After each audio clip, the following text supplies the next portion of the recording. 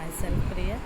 હવે આપણે M Ed subject છે, ઓકે, એની અંદર આપણે પ્રેક્ટિકલ નંબર 6 જે છે તે જોઈ લીધો છે. હવે જે જોવાનું છે એ આપણે પ્રેક્ટિકલ 7 છે. તો પ્રેક્ટિકલ 7 જે છે એનું એમ શું છે? તો develop an Android app which pass data from one layout to other through intent.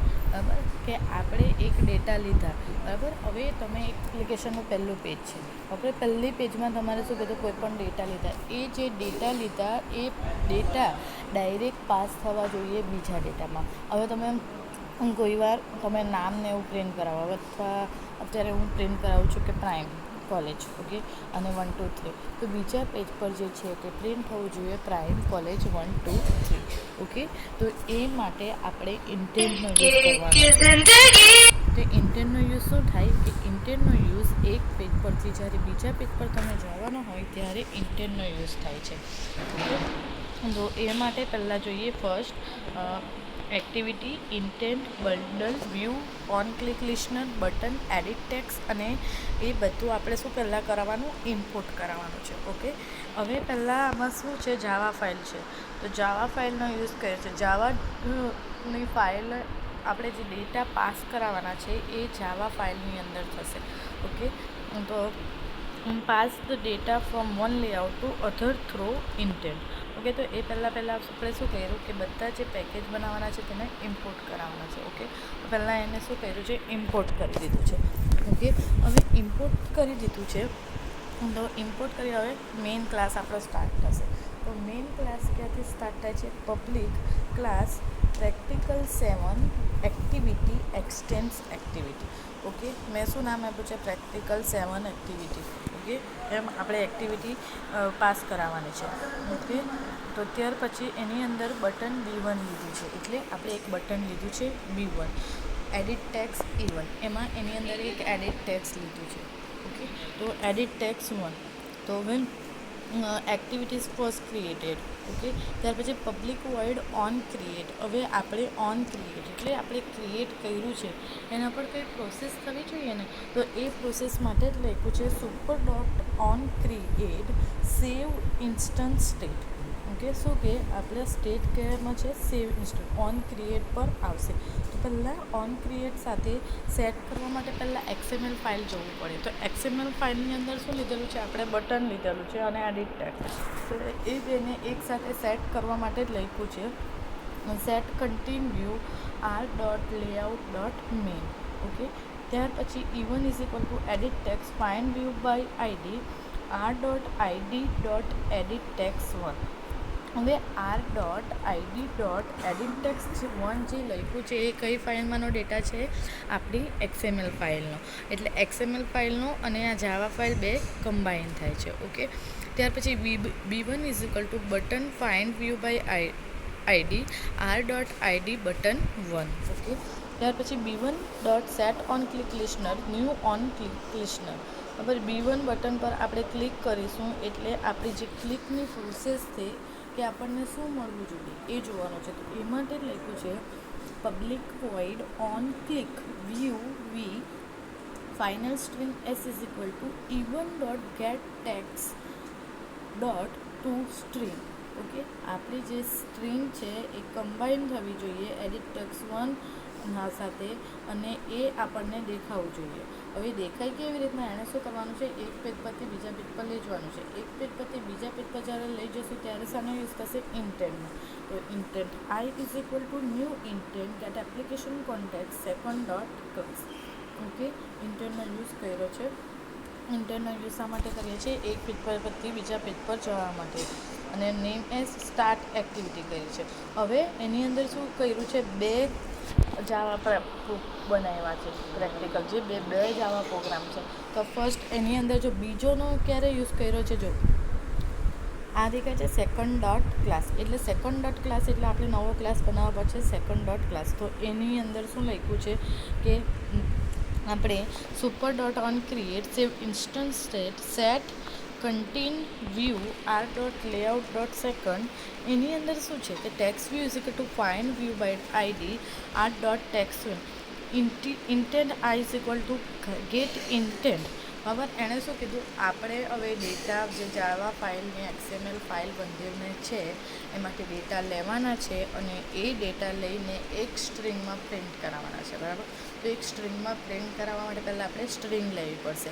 તો સ્ટ્રિંગ s=i.getString_extra name. શું એની અંદર પ્રિન્ટ થશે? નેમ પ્રિન્ટ થશે. અને જ્યારે નેમ આપણે પ્રિન્ટ કરાવવાનું હોય ત્યારે એને શામાં લખાય? ડબલ ઇન્વર્ટેડ કોમામાં. ઓકે.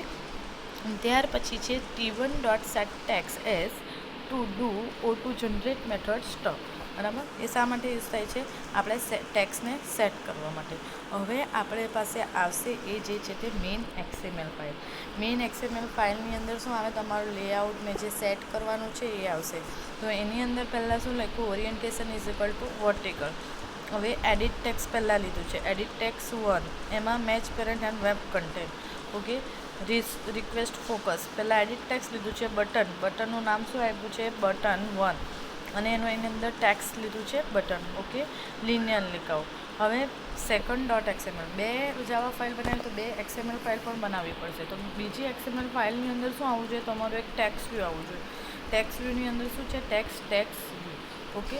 હવે આઉટપુટ જુઓ, લખ્યું છે ડિસાઇડ રસ્ટ. હવે બટન પર તમે ક્લિક કરો તો નેક્સ્ટ પેજ પર તમારે શું કરવું જોઈએ? જે તમે પ્રિન્ટ કર્યું એ. તો આ આપણો પ્રેક્ટિકલ નંબર 7 છે. ઓકે. ચાલો એકવાર ફર્સ્ટ પાછા જોઈ લઈએ પ્રેક્ટિકલ 7ની અંદર શું આવે છે. ઓકે. પ્રેક્ટિકલ 7ની અંદર શું આવશે? પહેલાં આપણે એણે એમની અંદર શું છે? Developed and Android app which pass data from one layout to other through intent. 2 file Java બનાવવાની છે, 2 આપણી XML ફાઇલ બનાવવાની છે, બરાબર. હવે જે 2 ફાઇલ જાવાની બનાવી અને 2 ફાઇલ XML ફાઇલ બનાવી, બરાબર. તો એ XML ફાઇલ અને જાવા ફાઇલની અંદર જે પણ બી રેકોર્ડ હોય એ રેકોર્ડ આપણો XMLની અને જાવાની સાથે કનેક્ટ કરવાનો છે અને એ કનેક્ટ થઈને આપણું નેક્સ્ટ પેજ પર જવું જોઈએ. તો એ નેક્સ્ટ પેજ પર જવા માટે આપણે શાનો યુઝ કરવાના છે? આની અંદર ઇન્ટેન્ટ. કેમ કે એની અંદર લખ્યું જ છે કે develop and Android app which pass data from one layout to other through intent, બરાબર. એટલે શું કહેવાય કે એક લેઆઉટમાંથી બીજી લેઆઉટમાં જવું છે. હવે 2 લેઆઉટ હોય એટલે 2 જાવા ફાઇલ પણ આવશે અને 2 જાવા ફાઇલ આવશે એટલે 2 લેઆઉટ ફાઇલ આવશે. આ XML ફાઇલ. XML ફાઇલમાં અલગ અલગ વસ્તુ લેવાનું છે. કેમ 2 XML આવશે? કેમ કે એક પેજ પરથી બીજા પેજ પર જવાના છે. બીજા પેજ પર શું થવું જોઈએ? તમારું જે પ્રિન્ટ થયેલું હોય એ આવવું જોઈએ, બરાબર. એટલા માટે જ પહેલાં આપણે શું બનાવ્યું? એની અંદર પ્રેક્ટિકલ 7 જે છે તેની અંદર પહેલાં આપણે જાવા ફાઇલ છે. તો જાવા ફાઇલની અંદર આપણે શું લીધું છે? એક બટન અને એક એડિટ ટેક્સ લીધું છે, બરાબર. કેમ? કારણ કે પહેલાં આપણે નામ પ્રિન્ટ કરાવવાનું હતું એડિટ ટેક્સ. એડિટ ટેક્સ એટલે એને એડિટ કરીને લખી શકાય તમારે કંઈ પણ લખવું હોય તો. અને બટન પર ક્લિક કરશો તો એ પ્રિન્ટ થવું જોઈએ બીજા પેજ પર. તો આપણે ખાલી શું કર્યું છે? આની અંદર પહેલી જ ફાઇલની અંદર શું થશે? પહેલાં બટન લેવાશે એક અને એક એડિટ ટેક્સ લેવાશે, બરાબર. એ થઈ જાય પછી એની અંદર શું છે કે આપણે જે સેકન્ડ ક્લાસનો યુઝ કરવાનો છે. એટલે એની અંદર આપણે હવે બીજો ક્લાસ બનાવવાનો છે. દેખાય છે? એટલા માટે લખ્યું છે second.class, બરાબર. હવે એ ક્લાસ બનાવીશું તો એની અંદર શું લખ્યું છે કે એ ટેક્સ બટન છે તે ટેક્સ બટન સાથે કનેક્ટ છે અને એની અંદર આપણી જે ટેક્સ વ્યૂ સાથે લેઆઉટ જે ફાઇલ છે XML ફાઇલ એ કનેક્ટ છે. એટલે એ બેનો ડેટા પાસ કરાવવાનો છે. તો એનો ડેટા પાસ શાનાથી થાય છે? ઇન્ટેન્ટ દ્વારા થાય છે, બરાબર. અને ઇન્ટેન્ટ પણ થાય છે અને સ્ટ્રિંગ આપણી નેમ પણ પ્રિન્ટ થાય છે. ઓકે. નેમ સાથે આપણે પહેલાં પ્રિન્ટ કરાવવાનું છે કે નેમ અને પછી સ્ટ્રિંગ. ઓકે. તો પહેલાં મેઇન XML ફાઇલ છે. XML ફાઇલની અંદર શું છે? એડિટ ટેક્સ લીધું છે, બરાબર. ત્યાર પછી બટન લીધું છે અને સેકન્ડ જે ફાઇલ છે એની અંદર ટેક્સ વ્યૂ લીધું છે, બરાબર. તો આઉટપુટ દેખાય છે. એની અંદર પહેલાં શું આવે? આપણે એડિટ ટેક્સ છે. એડિટ ટેક્સ એટલે આપણે એની અંદર કંઈ પણ લખી શકીએ. હવે તમે પ્રાઇમ કોલેજ લખો, બરાબર. પ્રાઇમ કોલેજ લખ્યા પછી એના પર બટન પર પ્રેસ કરશો, બરાબર. હવે બટન પર પ્રેસ કરશો તો આપણે શું આવશે? ડિસાઇડ રસ્તે લખ્યું છે એની અંદર શું આવશે? Prime college. ઓકે. તો આ થયો આપણો પ્રેક્ટિકલ નંબર 7. હવે નેક્સ્ટ પ્રેક્ટિકલ 8 છે એ આપણે નેક્સ્ટ લેક્ચરમાં સમજીશું, બરાબર. આમાં નહીં સમજ પડી હોય તો એની ટાઈમ તમે મને પૂછી શકો છો. અને ત્યાર પછીનો જે નેક્સ્ટ પ્રેક્ટિકલ છે એની અંદર પણ શું છે કે આપણે નેક્સ્ટ પ્રેક્ટિકલની અંદર એવું જોવાના છે કે નામ અને લોગિન હવે તમારું જીમેલ આઈડી અને પાસવર્ડ આવે તો બરાબર, અને લોગિન કરો તો એ જ રીતના 2 પ્રોસેસ થવી જોઈએ. હવે તમારે એક કરતાં વધારે પ્રોસેસને અને લોગિન થઈ ગયા પછી સક્સેસફુલી લોગિન એવો મેસેજ પ્રિન્ટ થવો જોઈએ. એવું આપણે પ્રેક્ટિકલ નંબર 8માં જોવાના છે. ઓકે, હવે મને જ્યારે તમારે સબમિશન હોય ત્યારે મને એક પ્રેક્ટિકલ 1 થી 7 સુધીના જોઈએ. Okay, 1 to 7. આજે 6 અને 7 પતી ગયા છે, અને કોઈ પણ કન્ફ્યુઝન હોય એની ટાઈમ તમે પૂછી શકો છો. Okay, thank you everyone.